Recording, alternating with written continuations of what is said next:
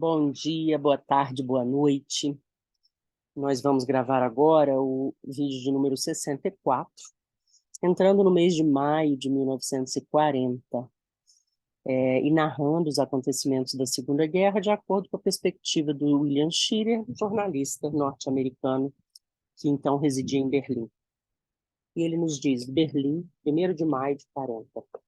Há 2 dias, pela 4ª ou 5ª vez desde o início da guerra, desci o Reno viajando de Basileia para Frankfurt.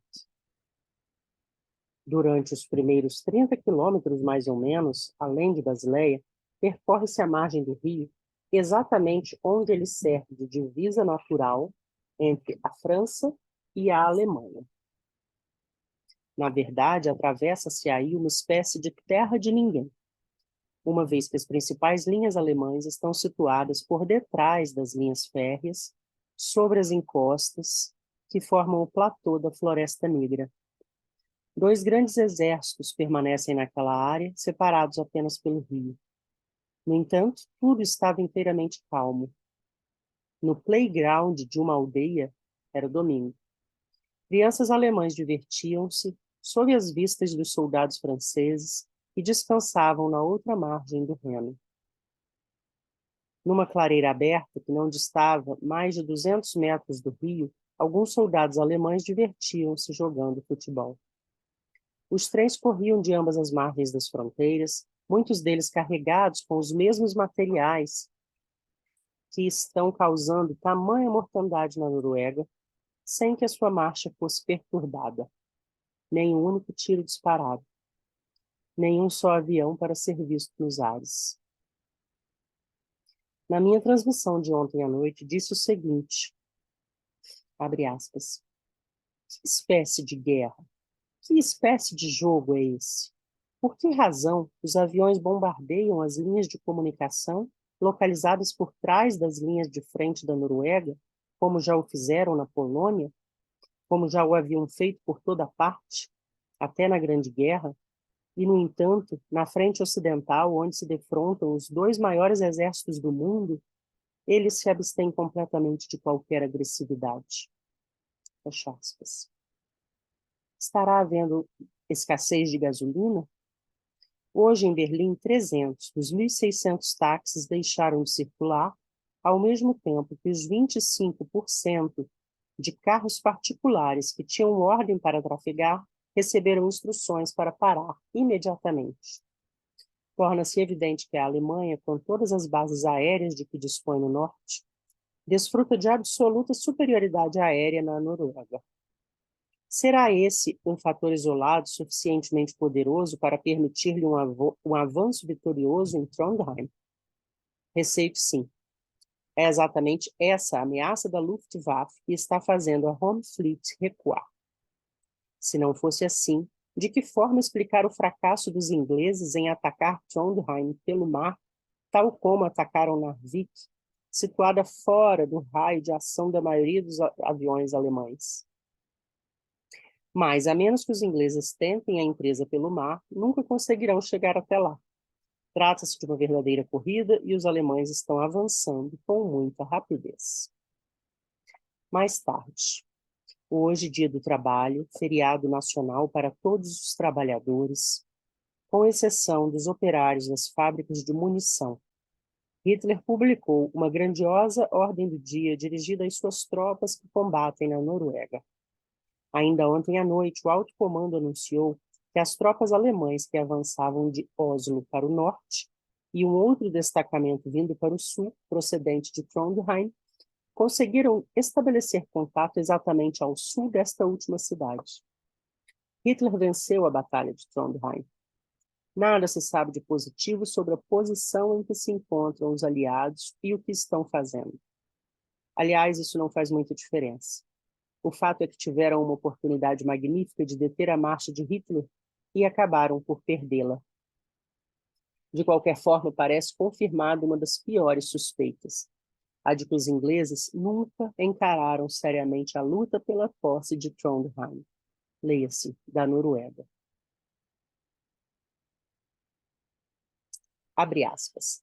A intenção dos aliados, berra triunfalmente Hitler, de obrigar-nos a recuar por uma tardia ocupação da Noruega fracassou completamente. Hitler dirigiu a sua ordem do dia aos soldados do Teatro Norueguês de Guerra. Justamente há 3 semanas, Ribbentrop declarou-nos que Hitler tinha impedido que a Noruega se transformasse num novo teatro de guerra.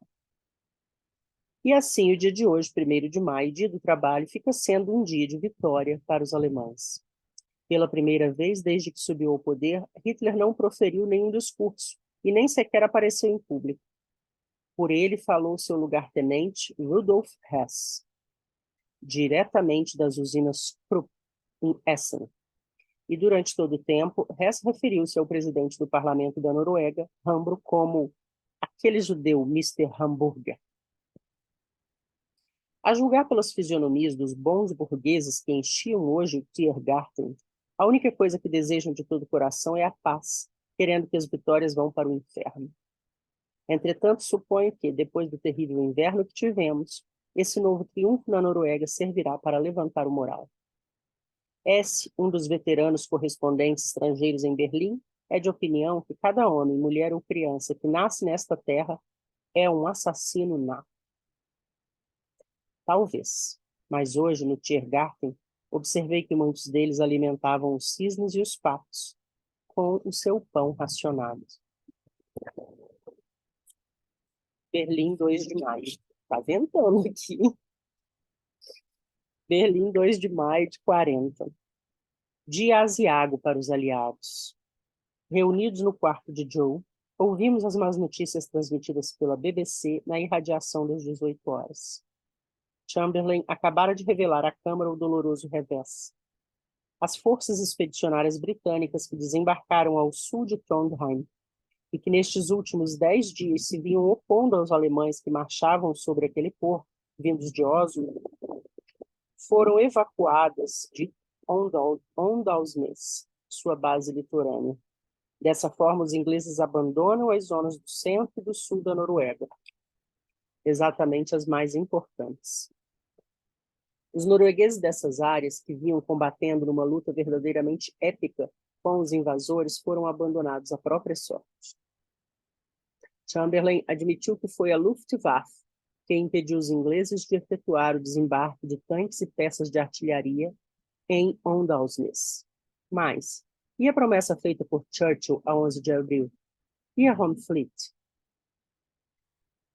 Não há a menor dúvida de que a façanha dos alemães, avançando mais de 320 quilômetros para o norte, pelos vales do Osterdal e do Gudbrandsdal, de Oslo a Trondheim, ao mesmo tempo que sustentavam o controle dessa cidade como uma pequena guarnição que se batera contra os ataques aliados lançados pelo norte e pelo sul, é realmente formidável. Toda a conquista da Noruega, apesar de ajudada pela mais baixa das traições, foi indiscutivelmente uma grande operação militar. Depois de 3 semanas, com todo o seu poderio naval, os ingleses nem sequer foram capazes de capturar Narvik. Chamberlain afirmou ainda que, como resultado da destruição parcial da esquadra alemã, os aliados podiam agora reforçar os seus efetivos navais no Mediterrâneo. Assim, o blefe de Mussolini, dizendo que podia atirar-se à guerra por trás da sombra protetora de Hitler, parece ter sido encarado seriamente pelo velho premier. Aqui, com certeza que não foi. Para falar a verdade, parece-nos incrível, a nós que estamos em Berlim, que a Grã-Bretanha fosse capaz de retirar as forças navais que lhe poderiam proporcionar a conquista de Trondheim, o que significava a derrota de Hitler na Noruega, para reforçar a sua posição contra a insignificante força da Itália no Mediterrâneo. Ficamos por aqui, nessas notícias tristes do avanço da guerra na Europa, em 1940. Até a próxima.